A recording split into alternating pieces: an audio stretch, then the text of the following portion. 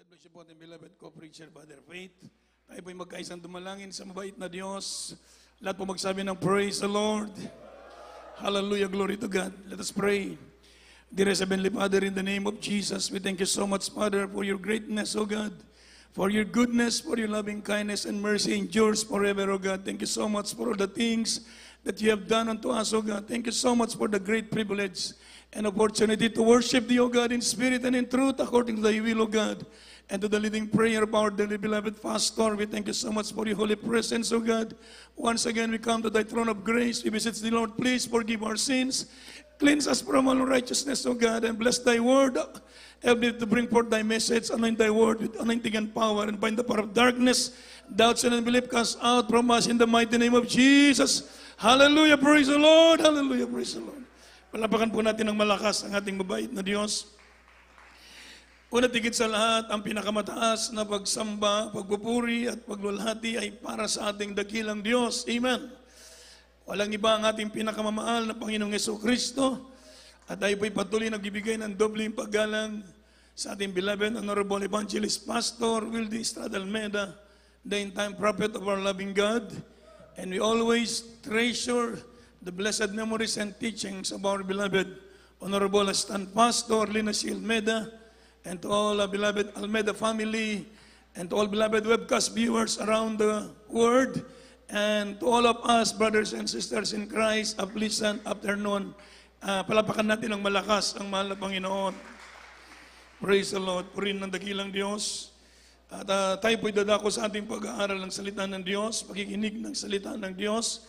Kindly open your Bible from the book of Hebrew, chapter 12, verse 14. Kindly. Hebrew chapter 12, verse 14. From the book of Hebrews, chapter 12, verse 14. Follow peace with all men and holiness, without which no man shall see the Lord. Amen. Hebrehanon, kabanatang 12, ang talatay 14. Sundin ninyo ang kapayapaan sa lahat ng mga tao at ang pagpapakabanal na kung wala ito'y sino man ay hindi makakita sa Panginoon. Amen. Amen. Everybody shout, praise the Lord. So our topic for today is about holiness. Amen. Holiness. Sabi po ng banal na kasulatan, follow peace with all men and holiness, without which no man shall see the Lord. Everybody say amen. So holiness, mga minamahal, is being separated from sin and being set apart for God. Holiness, akong ulitin mga minamahal, is being separated from sin and being set apart for God. Ang kabanalan, ito po ay ang paghihiwalay ng tao sa kasalanan, sa lahat ng uri ng kasalanan. Amen. Separate from every sin. Sabi pa ng banal na kasulatan, being separate from sin and being apart for God. At tayo magiging kaparte o maging ang buhay natin ay ibibigay natin sa Diyos. Everybody say amen. So every believer, mga minamahal, faces the recurring choice, either or enjoying the passing pleasures of sin, or he or she, mga minamahal, continue in obedience to the will of God. Ang bawat isa sa atin ay binibigyan po ng kalayaan na mamili. Ever say amen. Kung tayo ba ay susunod sa Diyos, o mga minamahal, i-enjoy natin yung tinatawag na passing pleasures of sin. Merong enjoyment din sa kasalanan. Pero ito'y sinasabi ng Biblia, for a season. Ibig sabihin, hindi pang matagalan. Ang ibig sabihin, passing pleasures, enjoying passing pleasures of sin. Merong ding tinatawag na enjoyment sa paggawa ng kasalanan. Subalit ito po ay lumilipas lamang, sabi po ng Biblia. Everybody say amen. So ang bawat isa sa atin, meron pong tinatawag na recurring choice, mga minamahal. Either or enjoying the passing pleasures of sin, or he or she will continue, mga minamahal, in obedience to the will of God. So mga minamahal, napakalaga na maintindihan natin yung tinatawag na holiness sapagkat when you speak holiness, mga minamahal, it means a broad meaning. Everybody say amen. Holiness have a broad meaning. Everybody say praise the Lord. Ang kabanalan ay malaki po ang kahulugan.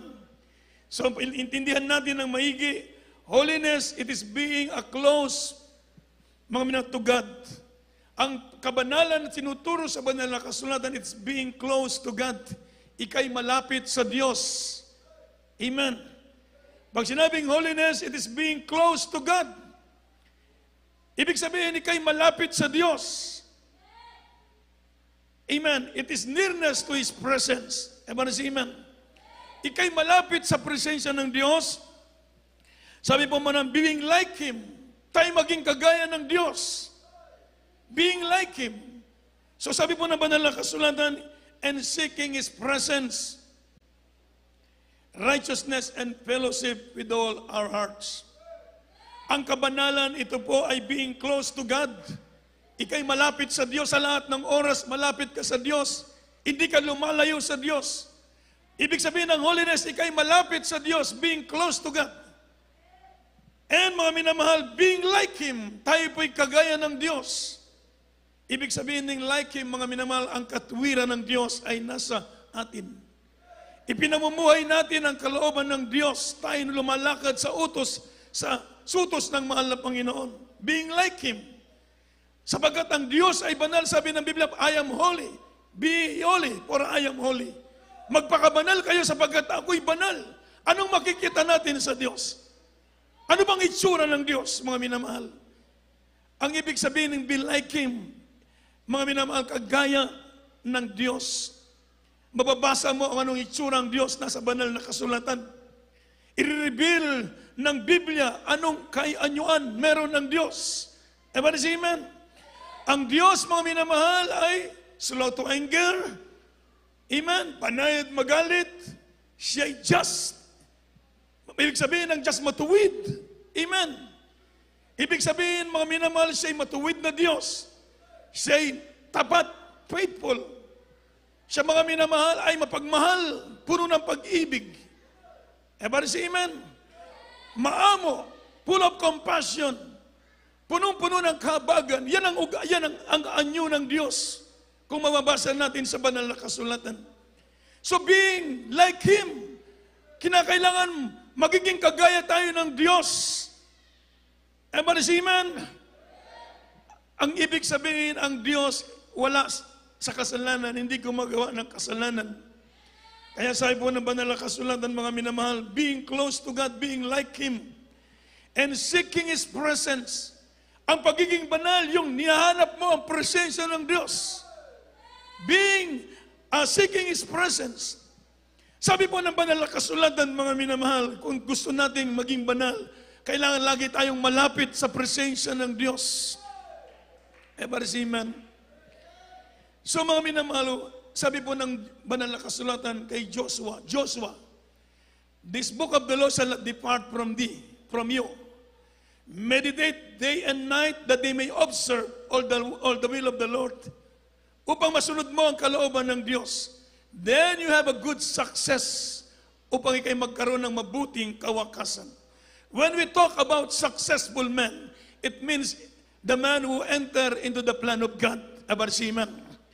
The man who enter into the plan of God, the man who experienced the presence of God, and the man who experienced the power of God.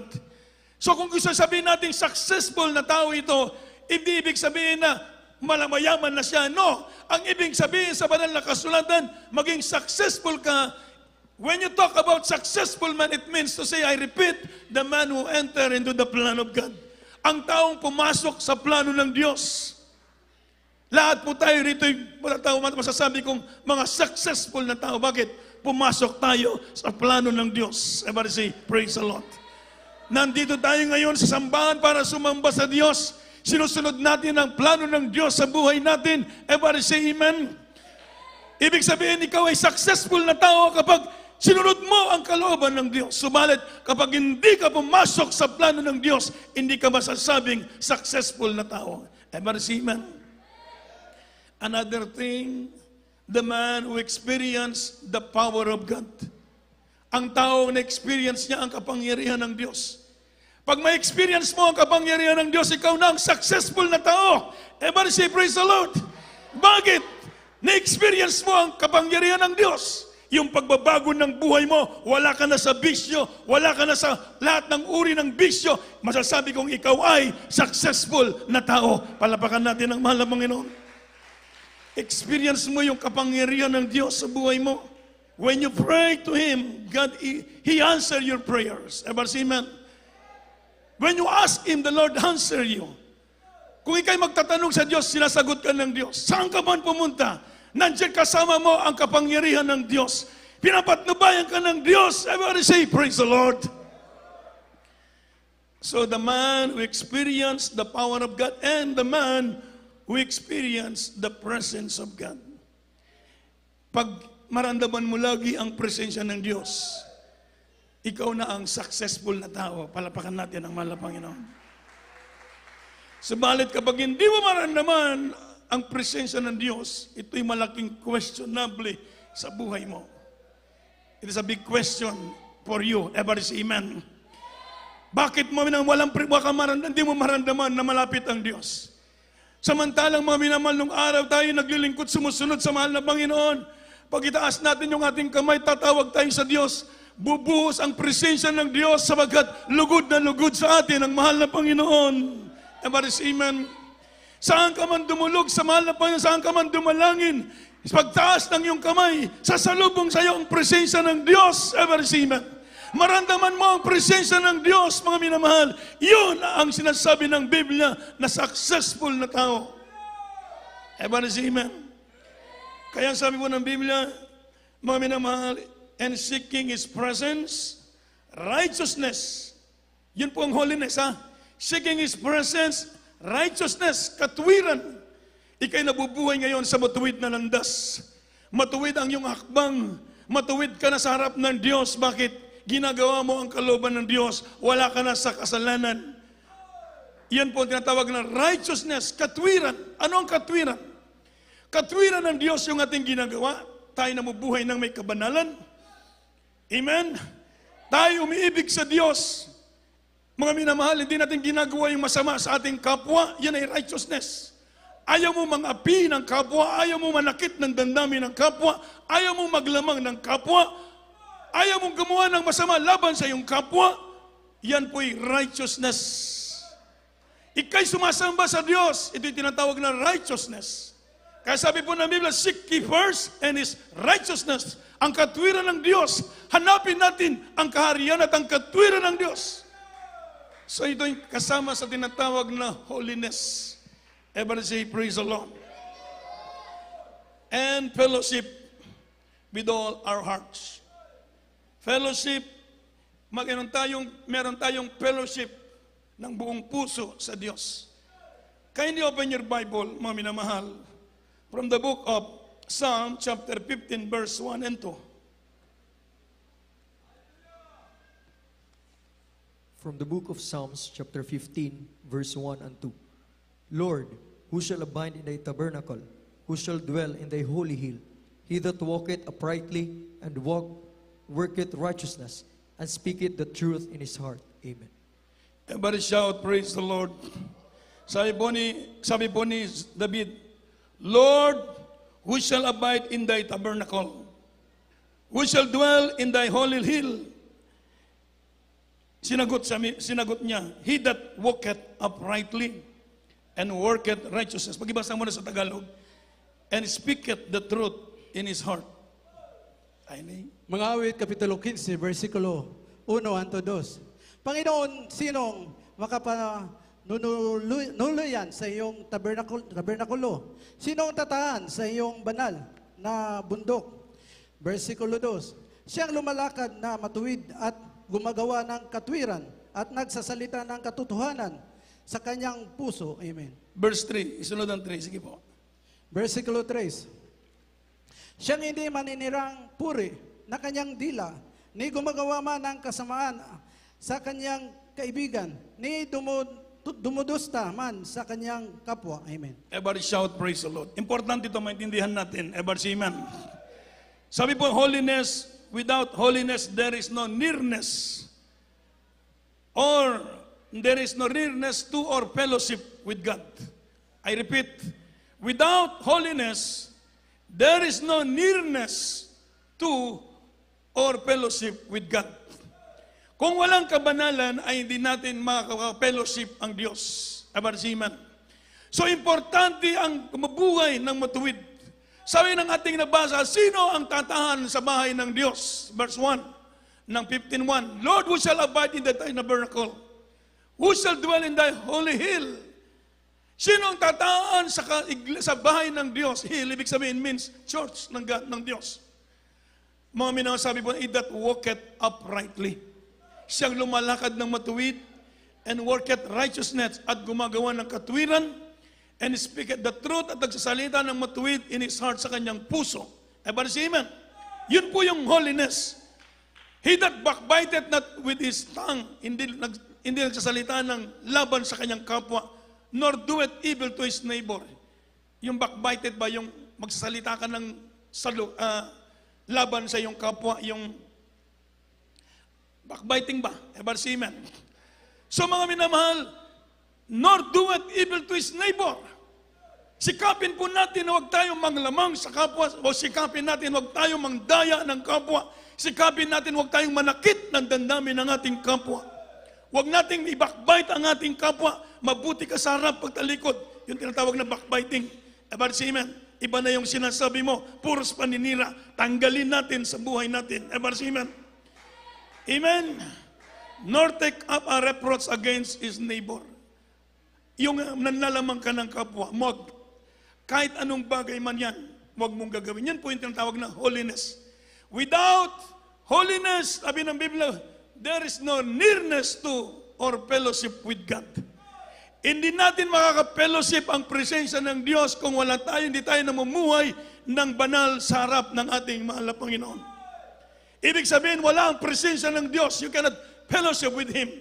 You cannot fellowship with the Holy Spirit. Hindi ka makapag-fellowship sa Holy Spirit. Hindi mo maramdaman ang presensya ng Diyos. When we talk fellowship means to say, pakikipagtipan. Everybody say, praise the Lord. Pakikipagtipan sa Diyos, pakikipagtipan sa presensya ng Diyos. Kaya narito tayo for fellowship. Mga minamahal, ibig sabihin, to meet the presence of God. Palapakan natin ang ating mahal na Panginoon. To have fellowship with God. So mga minamahal, without holiness, mahalaga ito. Hindi maintindihan ng iba. Hindi lamang yung kusing holiness, hindi lamang yung hindi ka na gumagawa ng malaswa o nabubuhay sa kalaswaan o hindi ka nabubuhay sa walang kabanalan. Hindi po yun ang totally na ibig sabihin ng holiness. Ever say praise the Lord. Another thing, sabi po ng Biblia, without holiness,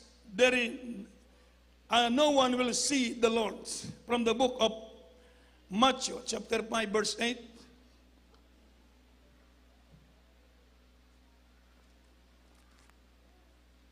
From the book of Matthew, chapter 5, verse 8. Blessed are the pure in heart, for they shall see God. Amen. Matthew, Kabanatang 5, ang talatay 8. Mapapalad ang mga malinis na puso sapagkat makikita nila ang Diyos. Every shout, praise the Lord. The pure in heart, mga minamahal, are those who have been delivered from the power of sin. Everybody say amen. By the grace of God. And now strive without deceit to please and glorify God and to be like Him. Everybody say amen. Ibig sabihin, they shall not see God. Yung mga taong hindi malinis ang puso ay hindi makikita ang Diyos. Ibig sabihin, hindi mo maramdaman ang presensya ng Diyos. Kailan tayo nakaramdam sa presensya ng Diyos? Mula nang tayo po'y lumapit, isuko natin ang ating buhay sa Diyos. Nung ating simulang isuko ang ating buhay sa mahal na Panginoon, ibinigay natin ang ating buhay, tumanggap tayo sa mahal na Panginoon, tinanggap natin ang bautismo, natanggap natin ang Holy Spirit, dito natin naramdaman ang presensya ng Diyos. Ibig sabihin, you cannot see God. Ibig sabihin, hindi mo makikita ng mukha ng Diyos, pero maramdaman mo ang hipo ng kanyang banal na presensya. Everybody say amen? Kaya sa pagkristyano ka, kanya-kanya. Everybody say amen? Huwag kang tumingin sa iyong kapwa na palamig-lamig. Hindi sincere sa paglilingkod sa Diyos. Huwag mong tingnan, huwag mong awaton ba? Huwag mong gayahin siya. Siya, malayo siya sa presensya ng Diyos. Pero yun ang nagsusumikap, gawin ang kalooban ng Diyos, malapit sila sa Diyos. Everybody say amen? Sino pipiliin mo? Yung malayo ka sa presensya ng Diyos o malapit ka sa presensya ng Diyos? Everybody say amen? Pag malapit ka sa presensya ng Diyos, pag meron kang pangangailangan, itaas mo lang yung kamay, maramdaman mo ang presensya ng Diyos. Ang comfort ng Holy Spirit. Yun ang sinasabi ng Biblia, you cannot see God. Without holiness, you cannot see God. Kung walang kabanalan, hindi mo makikita, hindi maramdaman ang presensya ng Diyos. Kahit anong gawin mo pag susumikap, bakit hindi ka namumuhay sa kalooban ng Diyos? Everybody say amen? Kahit nandito ka pa sa bahay, sambaan, parang walang presensya ng Diyos. Parang napakalayo ng Diyos. Nasaan ba ang presensya ng Diyos? Ang tanong, nabubuhay ka ba sa kalooban ng Diyos? Ipinamumuhay mo ba ang katwiran ng Diyos? Everybody say amen? So masabi ng Biblia, without holiness, mo minamahal, no one can be useful to God. From the book of 2 Timothy chapter 2 verse 20 to 21. Kindly open your Bible from the book of 2 Timothy chapter 2 verse 20 up to 21. From the book of 2 Timothy chapter 2 verse 20 to 21. But in a great house there are not only vessels of gold and of silver, but also of wood and of earth, and some to honor and to some to dishonor.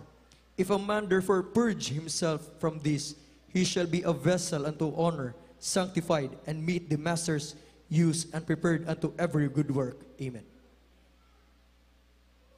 Ikadawang Timoteo, Kapitulo 2, versikulo 20 hanggang 21. Datapwat sa isang malaking bahay ay hindi lamang may mga sisidlang ginto at pilak, kundi mayroon ding namang kahoy at lupa, at ang iba'y ikapupuri, at ang iba'y ikasisirang puri. Versikulo 21. Kung ang sino man nga ay malinis, sa alinman sa mga ito, ay magiging sisidlang ikapupuri, pinakabanal, marapat gamitin ng mayari, mahanda sa lahat ng gawang mabuti. Amen. Everybody say praise the Lord. So there are vessels for honor and dishonor. Everybody say amen. Amen. Meron po nga lalagyan, ibig sabihin ng Biblia, meron mga vessel for His honor and dishonor. So ang mga taong gustong maging lalagyan o maging sidlan o magiging vessel for His honor, yun ang mga gumagawa sa kalooban ng Diyos. So kung gusto natin gamitin ng Diyos, sabi po ng Biblia, without holiness, no one can be useful by God. Hindi ka pwedeng gamitin ng Diyos kung marumi ka. Everybody say amen. So kung gusto mong gagamitin ka ng Diyos, linisin mo ang iyong sarili sa harap ng Diyos. Para maging lalagyan ka para sa kapupuri ng Diyos. Vessel for His glory, vessel for His honor, used for the master use. Everybody say amen. Gagamitin para sa mabubuting gawain ng mabait na Diyos. Mga minamahal, tayong lahat, kinakailangan magiging vessel for His glory. Amen. Sikapin natin mabuhay ng may kabanalan, matuwid, upang tayo gagamitin ng Diyos. Kapagkat hindi ka pwedeng gamitin ng Diyos kung marumi ang iyong buhay. Amen. Kaya mga minamahal, strive, mga minamahal, magsumikap ang bawat isa. Sabi po ng banal na kasulatan, mga minamahal, holiness, mga minamahal, is God's purpose in making us a new creation and in giving us the Holy Spirit. Layunin ng Diyos, mga minamahal, sabi God's purpose in making us new creation and giving us the Holy Spirit. Sabi po ng banal na kasulatan, magiging lalagyan ka, ibig sabihin, bibigyan ka ng Diyos ng kanyang Espiritu Santo. Romans chapter 8 verse 2. Kindly open your Bible. Read it to me please. Praise the Lord. Romans 8:2. From the book of Romans, chapter 8, verse 2. For the law of the Spirit of life in Christ Jesus hath made me flee from the law of sin and death. Amen. Roma, Kabanatang 8:32. Sapagkat ang kautusan ng Espiritu ng buhay ng kay Kristo, Jesus, ay pinalaya ako sa kautusan ng kasalanan at ng kamatayan. Amen. Everybody shout, praise the Lord. So mga minamahal, for the law of the Spirit of life in Christ Jesus had made me free from the law of sin and death. It means to say, mga minamahal, ang batas ng Espiritu ng Diyos o Espiritu ng kautusan ng Espiritu sa buhay natin, ito po ay nagpalaya sa atin from the law of sin and death. So it is a blessed for us to be part, mga minamahal, amen, to become a vessel, mga minamahal. Sabi po ng Banal na Kasulatan, it means to say, the moment you receive the Spirit of God, you are not under the law of sin and death. Ever say, praise the Lord. Wala ka na sa ilalim ng batas ng kautusan, ng kasalanan at ng kamatayan kapag meron kang Espiritu ng Diyos. Kapag tayo lumalakad ng matuwid sa harap ng Diyos, meron tayong Holy Spirit, mga minamahal, hindi ka na mabubuhay sa kasalanan. Nung araw ikaw ay napakasama, napakaraming bisyo. Because alipin ka ng kasalanan, you are under, mga minamahal, the law of sin and death, and you are candidate for destruction. But the moment you receive the Spirit of God, the Bible says, you are not under the law of sin and death, but you are over and above the law of sin and death. Palapakan po natin ng malakas ang ating mahal na Panginoon. Hindi ka ba natutuwa? Hindi ka ba natutuwa ngayon? Mga minamahal, meron ka ng spiritual liberty. Everybody say, praise the Lord. You are not longer under the bondage of sin. Everybody say, praise the Lord. Ika'y nasa ibabaw na sa kasalanan at kautusan. Mga minamahal, lumalakad ka na para sa kapurihan, para sa kalwalatian ng ating mabait na Diyos. Kaya malaga itong holiness, i-practice, sabi, be holy in all manner of conversation. Tayo magpakabanal sa lahat ng conversation means, mga minamahal, dalawang bagay po kasi yung conversation. Basahin muna natin from the book of 1 Peter, chapter 1, verse 15 to 16.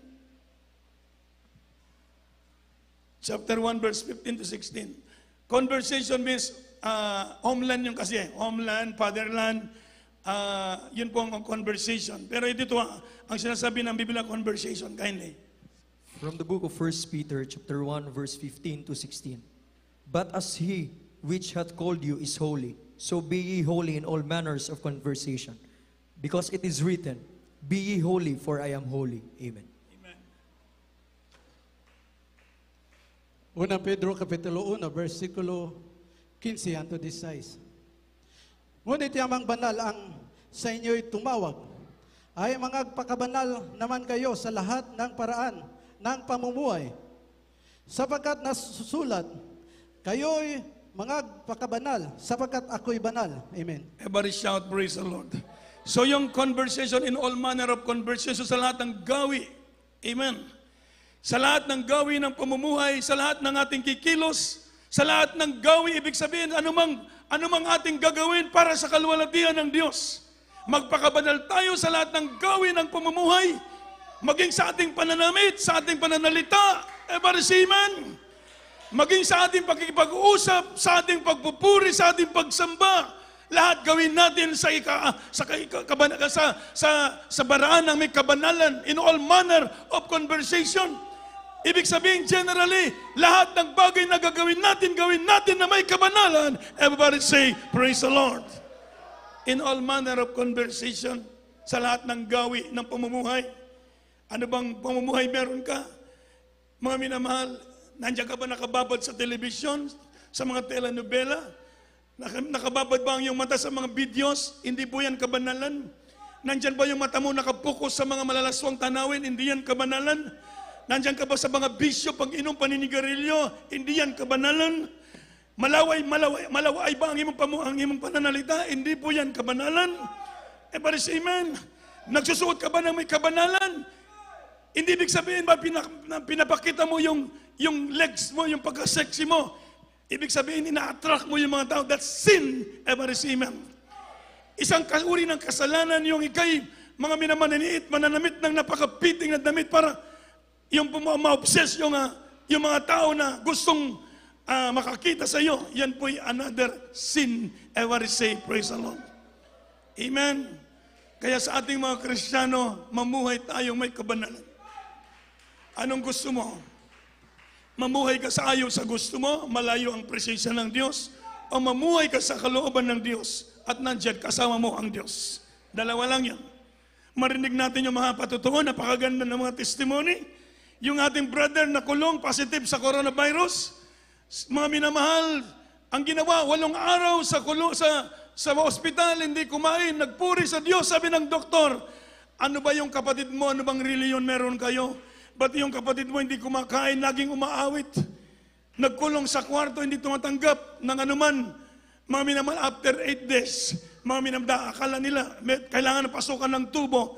Pero anong gulat ba ng doktor? Bakit? Naging negatibo sa swab test. Purihin po ang ating babait na Diyos. Ngayon, another blessing, lumaya na sa kulungan. Palapakan natin ang ating mabait na Diyos. Kaya pag tayo naglilingkod sa Diyos, magpakainit sa Diyos, gagawa ng himala ang Diyos. Ever see, man?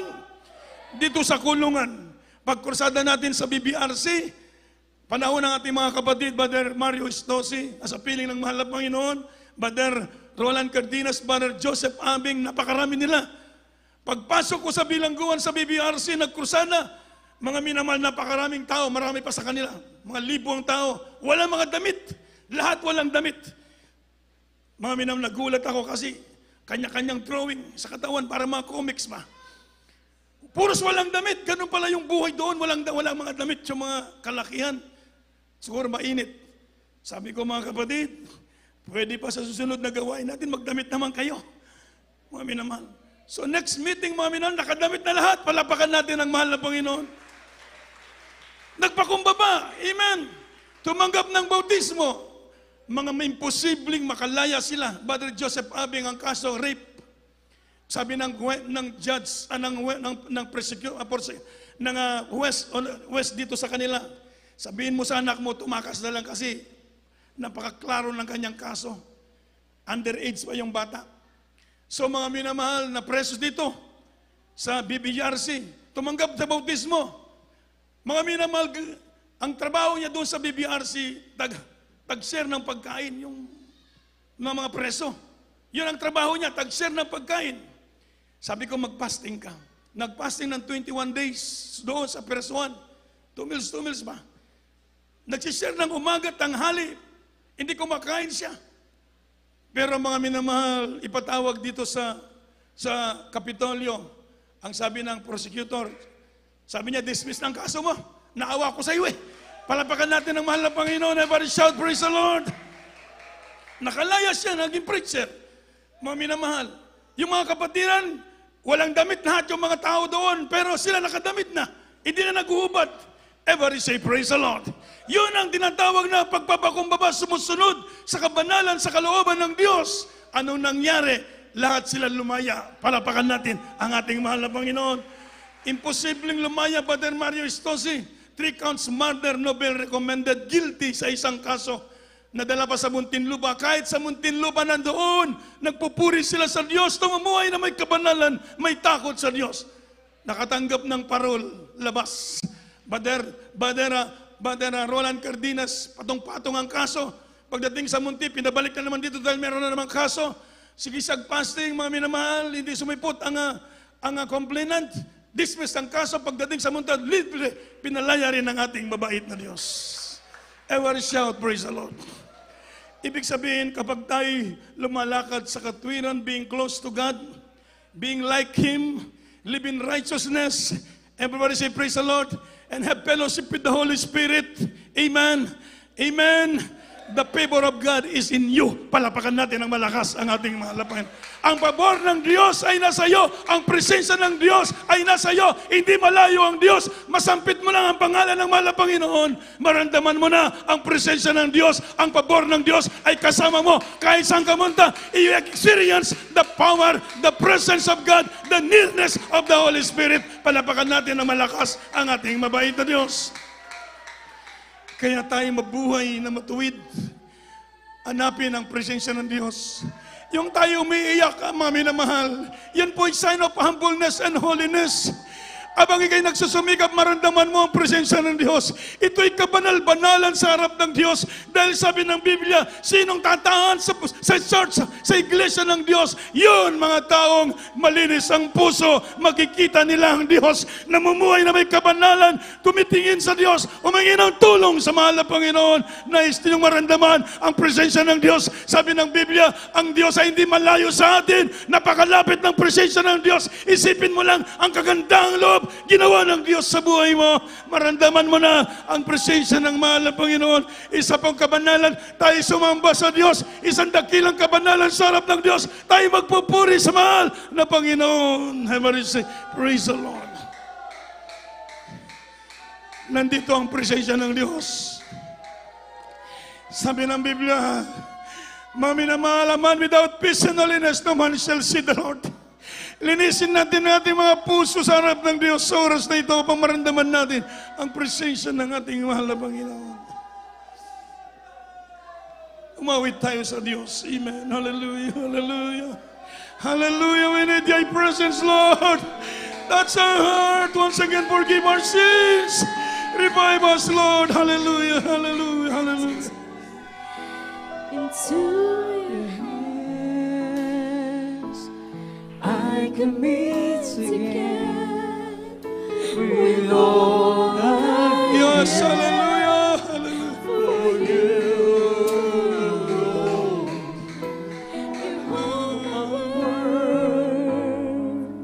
In the palm of your hand, and I am yours forever.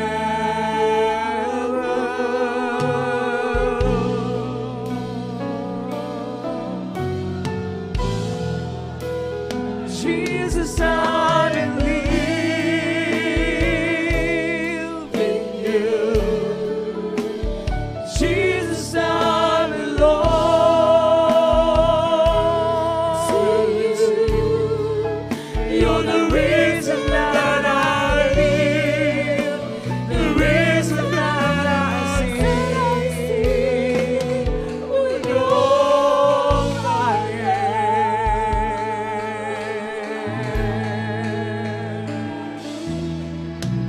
I walk with you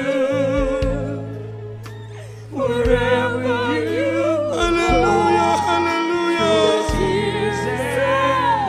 We need your presence, Lord. Hallelujah.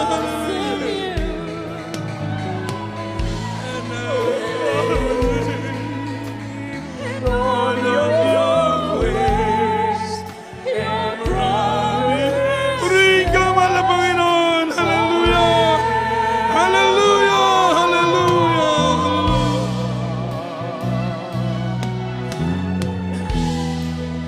Oh, Jesus, I believe in you. Lord. Jesus, I Hallelujah. belong to you.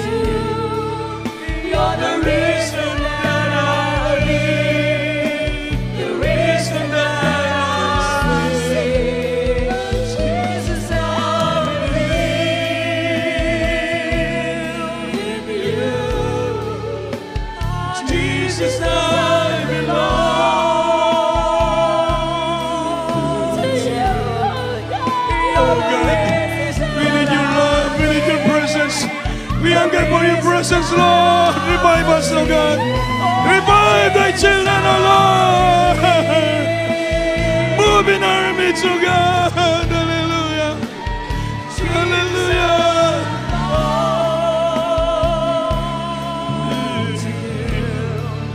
You're the reason that I live.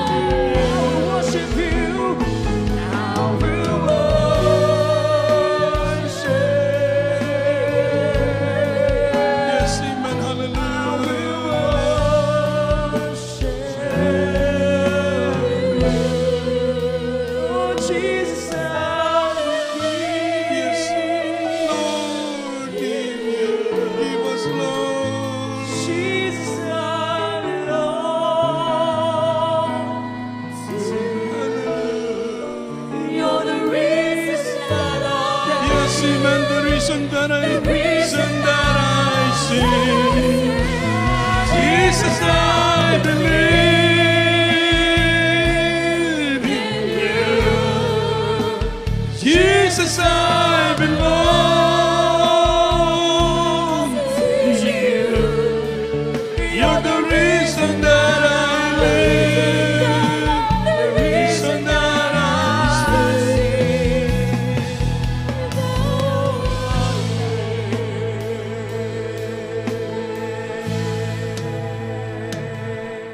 Amen. Hallelujah. Praise the Lord. Hallelujah. Hallelujah. Hallelujah. Hallelujah. Ulitin ko po mga minamahal.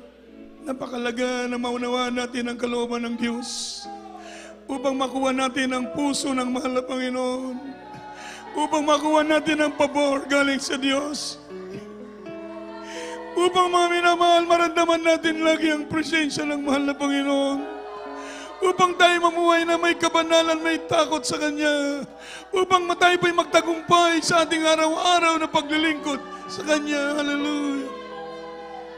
Hallelujah. Hunger for your love, O God. Hallelujah. Mahal na Panginoon, iniibig ka namin, kailangan ka namin, O God. Hallelujah. Praise the Lord. Mga minamahal, oras na ito tayo po'y magkaisang dumulog sa ating mahal na Panginoon. Hallelujah. Hallelujah, hallelujah. Dakila namin Ama Diyos sa makapangyarihan sa lahat, mahal na Panginoon. Sa unang dalangin namin, beloved Honorable Pastor Willis Almeida, narito kami na nikluhod sa iyong harapan, humingi ng tawad sa aming mga kasalanan. Patawarin mo kami sa lahat ng aming mga gawang pagkukulang, pagkakamali at pagkakasala. Kalimutan mo, tugasan mo ang aming mga puso sa iyong banal na dugo, O Diyos.